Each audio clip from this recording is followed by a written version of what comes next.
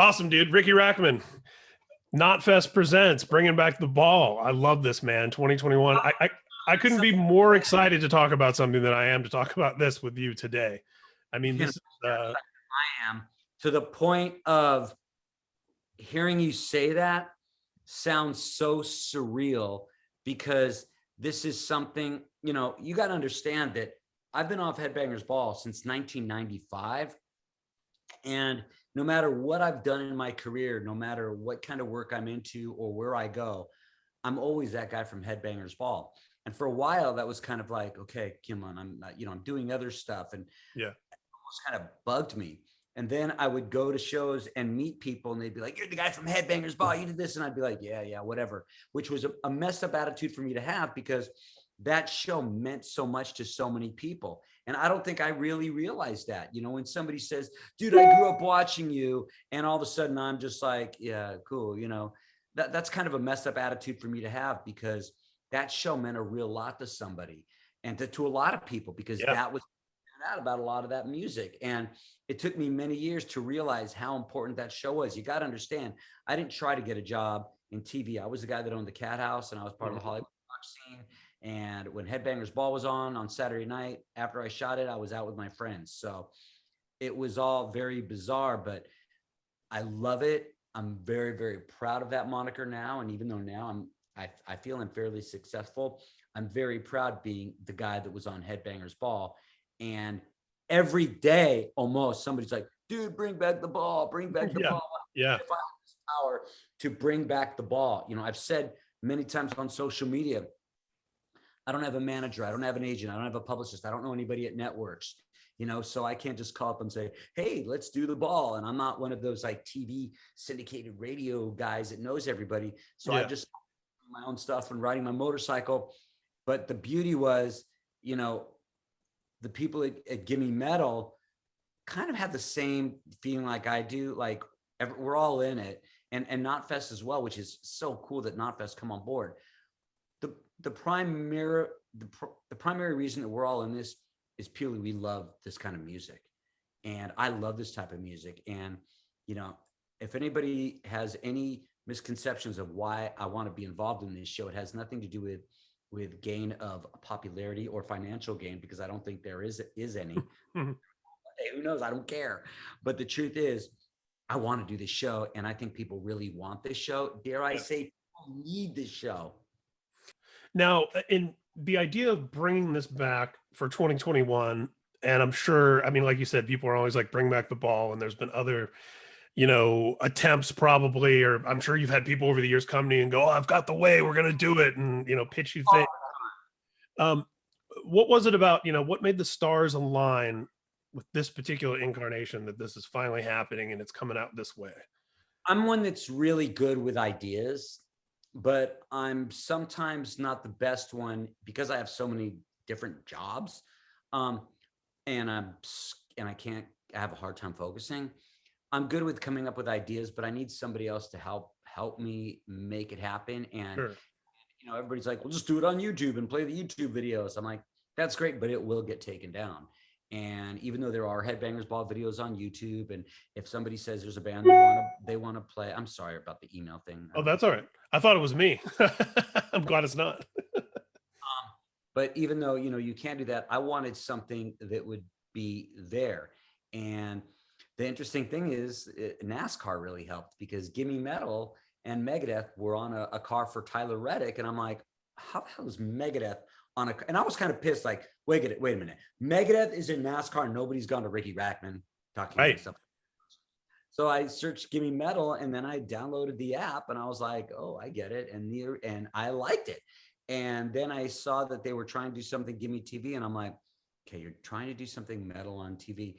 And I think it was something like me just hitting up Tyler, and like, I don't think they hit me up, or maybe somebody hit somebody up, but it was honestly like a Beavis and Butthead. It's like, dude, you do a metal show? Yeah, I want to do metals. Okay, cool. Yeah. And it was kind of, when I told them sort of what the idea that I wanted to do, even though, let's be honest, are we going to play every video that I want to play? Absolutely not. And a big difference, just so people know a little bit behind the scenes, back in the day, every label knew they wanted their videos on MTV, and they would do stuff like pay for big, parties in England or riverboats or whatever to play video. Well, nobody's got that budget. And not only are they not paying to help get these videos on, and they didn't pay to have videos on MTV. That's not what I meant, but we do. But they would pay to do all the marketing around it to make it an event. And, and I think, of course, Night of the Living Megadeth and Alice in Chains at the water park and going to Germany with Danzig. I mean, there was so much. Obviously, labels are, funding some of that stuff because that's how they get their. Now you'll talk to a label and they want money for the videos, and nobody's getting paid for this, so we're not going to really pay for videos. And the other thing is, sometimes like I'll say, hey, let's play this old killer video from they're like, I don't know where it is. And we're not going to take a video from YouTube. Some people don't have the masters of these videos. So yeah, I made a big, long list of videos that I wanted to play. And just so people know, this isn't Riki's favorite music. The genre is every video on the ball, I fucking love it. I'm telling you right now, I didn't say that on the Headbangers Ball. Every video I love that we're playing on a show. Is it Riki's playlist show? No, because there's some bands that I would have put on it that I am listening to a lot, but I don't think really belonged on the ball. There's a lot of, there's a lot of kind of the 80s fun, goofy bands that I really love, but I don't know if they belong on the ball. That's why I don't say metal. Well, and both of us, we also love metal, but another thing I think we have in common is we both like a lot of rockabilly and greaser stuff, and obviously that doesn't fit on Headbangers Ball. Headbangers Ball is a specific thing. Yeah. The thing is that I believe that this is music that is the ball, that is heavy music. I don't use the word metal anymore, and I'll tell you why. Because the word metal, if I say we are going to play some of the best metal videos, there's going to be a lot of people that are going to go, oh my God, I hope you play, this song from Warrant and this song from Firehouse and this song from all these bands. And please, people, I'm not saying anything's wrong with those bands. There's nothing wrong with those bands. I don't feel that type of music is heavy. Do I think there's anything wrong with it? No. If I did Headbangers Ball, then there would be a lot of all those bands. But this is the ball. And I think we get to be heavy. And when I did Headbangers Ball, here's some of the stuff that I get that's a little frustrating sometimes. When I did Headbangers Ball, I'll meet people out at going to shows, and they'll be like, dude, you turned me on to so many new bands. It's because of you that I listen to Pantera. You turned me on to so many new bands. It's because of you that I listen to Zombie. Oh, you're doing the ball again? Good. I hope you don't play any new stuff. Just play the old classic stuff. I'm like, I mean, yeah. If I get turned on, even though they're not a new band, okay? If I hear Municipal Waste, and I didn't know that they've been around for that long, but I only started listening to them 2 years ago. They're a new band to me. So I'm like, oh my God, this band sounds like, cool old thrash. And if you listen to Megadeth and Exodus, you're going to like Power Trip, or you're going to like all this stuff. And there's bands that are newer bands that I fucking love. And they have turned me on to newer bands. So, and if there's sorry about that dinging sound. If there's a kid that's watching the ball, and I just love saying this, by the way, but if there's a kid that's watching the ball and is like, holy crap, I was never really familiar with this Exodus video. I'm like, oh my God, job done. Yeah. Let's get some people into the Toxic Waltz. And let's play something from Anthrax that maybe wasn't a hit. Maybe we're going to play something from Anthrax that was, 5 years ago that might have fallen through the cracks because we didn't all want videos. I mean, let's be honest. Any video I want to watch, pretty much, I can play right now and find it. But what about if there's a video that I've never seen? I see bands like Code Orange who spend so much money making these elaborate videos, and the people that are going to see it are the people that are going to go look for a Code Orange video. Yes. You're already answering my next question, which was going to be, what makes this different than, oh, I'm just going to go look up some videos I want to watch. And I think that's the answer, right? Is it's curation. You're assembling things.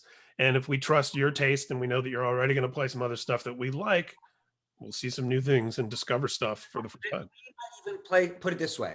On Headbangers Ball, everybody knows that, well, not everybody knows. In my 5 years, there was only one video that I picked and it was for my birthday, and it was from my favorite band in the world, which is Motorhead. I love Motorhead. And there were videos that we played on Headbangers Ball that I did not like.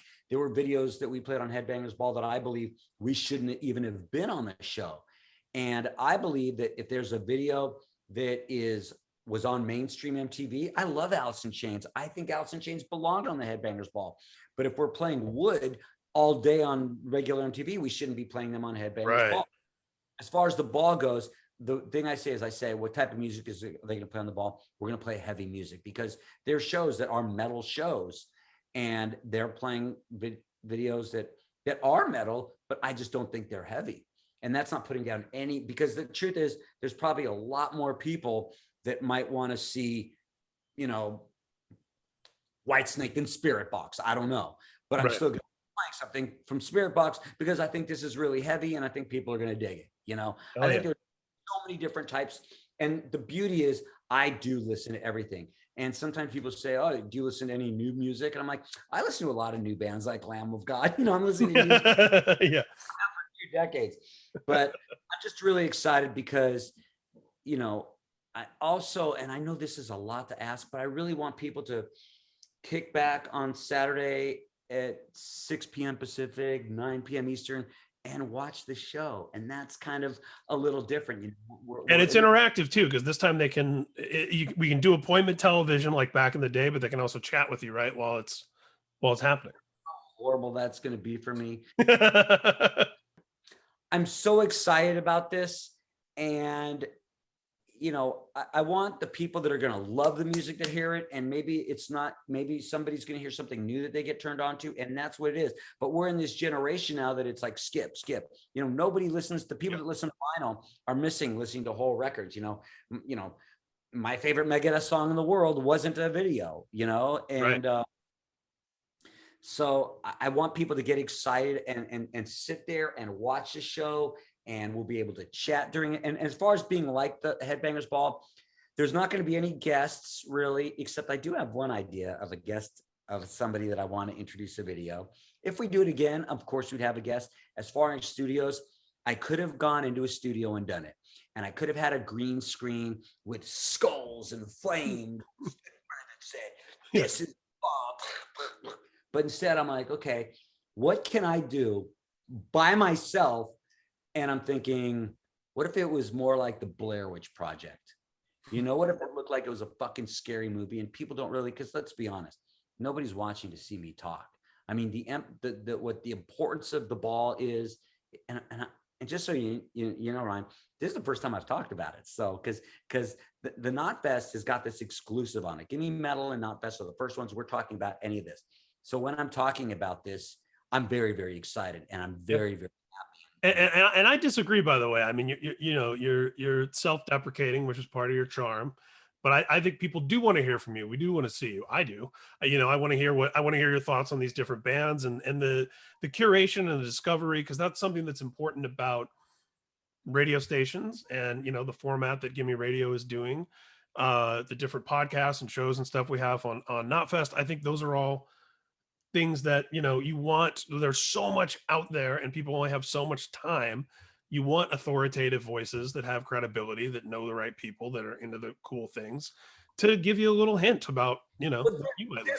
These stories, like here's one thing that I think separates me from some other people is I don't know who produced any of the records that are on my walls. I know Mike Klink produced Guns N' Roses or whatever. Yeah. But the truth is, I don't know who produced what. I don't know what the third track on any B-side is. I don't know. But I know that we're going to be playing a Violence video. And I can tell you a really fun story about how we almost had a gang fight between my guys and the guys in Violence. And the instigator on my side was Shannon Hoon, who was the singer of the Blind Melon. Rest in peace. My fellow Hoosier. The guys in Violence will tell you that singer in Blind Melon, that like it's hippie guy, he was like the cold cock king. That guy used to scrap more than anybody. So I can tell you those stories, and I can tell you stories that happened to me. I might not know. I mean, there's a lot of people. First of all, I have absolutely nothing against Jose Magnin. I love him, and I think Eddie Trunk does a great job. I think both those guys are great. Yeah. I was just about to say, you're not going to be doing Stump the Trunk on your show. It's a different kind of vibe. Yeah. Trunk, I will tell you straight out, Eddie Trunk knows a million times more about metal than I do. Not only, I have a really hard time with memory. I'm not saying it's a joke. And I got COVID really bad. And when I got COVID, I lost even more memory. Yeah, so that's one of the side effects for a lot of people, huh? But as I've said, is like Eddie Trunk definitely knows more about music than I do.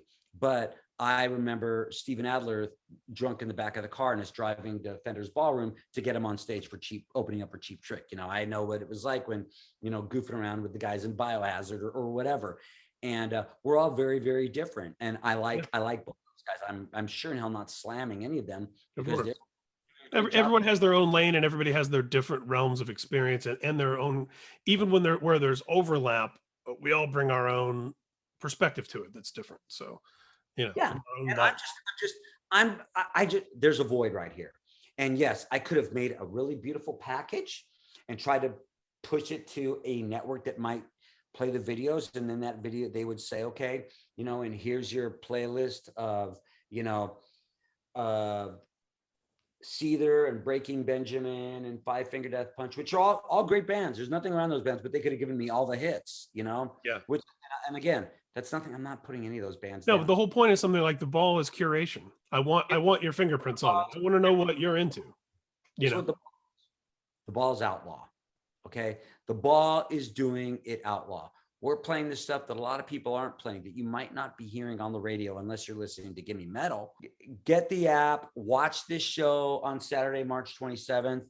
Tell all your friends to watch it. I mean, don't wait watch it Saturday, March 27th. Watch when it's on. Get the app. It's not going to cost you anything. Watch it when it's on because I want a Kardashian break the freaking internet. You want to show people that people really want heavy music videos. If you want to show them that, then get everybody to watch it. Turn on every freaking computer and phone in your house. And it might be a good idea, like to get the Gimme Metal app right now because it's a great idea to get it anyway because there's so much killer stuff on there. We were talking about our mutual friend Dave Mustaine earlier. Dave has his show on Gimme Metal. There's so much stuff. If you're a fan of any part of this, here's what I want everybody to remember. Okay, the Ball is free. You don't have to subscribe to anything. Just get the Gimme Metal app. The reason that we're doing it this way is because, you know, when I talked to Tyler and the people at Gimme Metal who were like into it since day one, it wasn't me pitching the idea. It was more like, yes, now what do we do to make this work? Right. I said, okay, let's do this. Make sure that this first episode, everybody gets to watch for free. That all you have to do is you can watch the app. And then I'm sure there's ways to make the app. What I would do is get the app. And there's ways you can make it on your TV, right? Can't they make it? Yes, I think so. I'm sure you can. Smart TVs, make it watch it. We'll punch that in later. Even maybe call up your mom and tell her to go upstairs, even though you don't live with your mom anymore, and tell her to just yell at you to ask you to turn it down and just sit around and have a party watching the Ball. And I'm going to be there. And that's the cool thing is I'm going to be watching it with you and we're going to be chatting. And I can't explain how excited I am because all my enthusiasm, if I seem goofy and I'm high strung, like, oh my God, Ricky, dude, calm down. I can't calm down because every day for like, since 95, it's like, bring back the Ball. And they don't say bring back Headbanger, they bring back the Ball. Well, this is the Ball. I decided I came up with the name because it's not the Headbangers Ball because the Headbangers Ball had a budget. We're just really on some great heavy videos. And you know what? If 1 million people watch it, maybe one day we'll get a budget and I'll get an old couch to put guests on. But in the meantime, we're just going to have a blast on a Saturday night even. You know, it's on 6 o'clock on the Pacific, 9 o'clock on East Coast.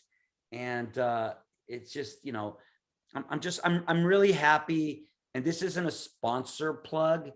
I'm really happy and proud that KNOTFEST came on board because, you know, when Gimme Metal said that they would show it and they said, well, KNOTFEST is going to help. I'm like, okay. It's like me standing up here with 2 big gnarly bodyguards behind me. It's like, let's do this. There's no talk about a second episode, or I just want to do this one. Gimme Metal wants to do this one. KNOTFEST is so kind. I mean, when I talk to the guys from Gimme Metal and they want to do it and they say that KNOTFEST is behind it, I'm like, good, because I've been giving them all my freaking money for the past couple decades. Yeah. Like, I'm a maggot. When it comes to Slipknot, I loved Slipknot. Go get the Gimme Radio app, watch the ball for free, and make it special, make it an appointment, and chat with Riki while it's happening. Gimme TV on the Gimme Metal app. Before we go, Riki Rachtman, the ball, you got to give us that signature sign off. Oh, I'm bringing it back in the ball because I own it, because I will see. No, I'm not going to do that. You want to see me give that signature sign off? You got to wait. I have to watch the ball. And if anybody is really going to turn the ball just to see me say that, I don't think they are, but I promise you I will end every show exactly like that. That's my promise. I love I remembered it. Awesome. Well, tell your freaking friends. Dude, Riki, it's been a lot of fun, and I'm going to give you my signature sign off that I stole from our friend Dave Mustaine, which is Riki, you've been great, and I've been Ryan J. Downey.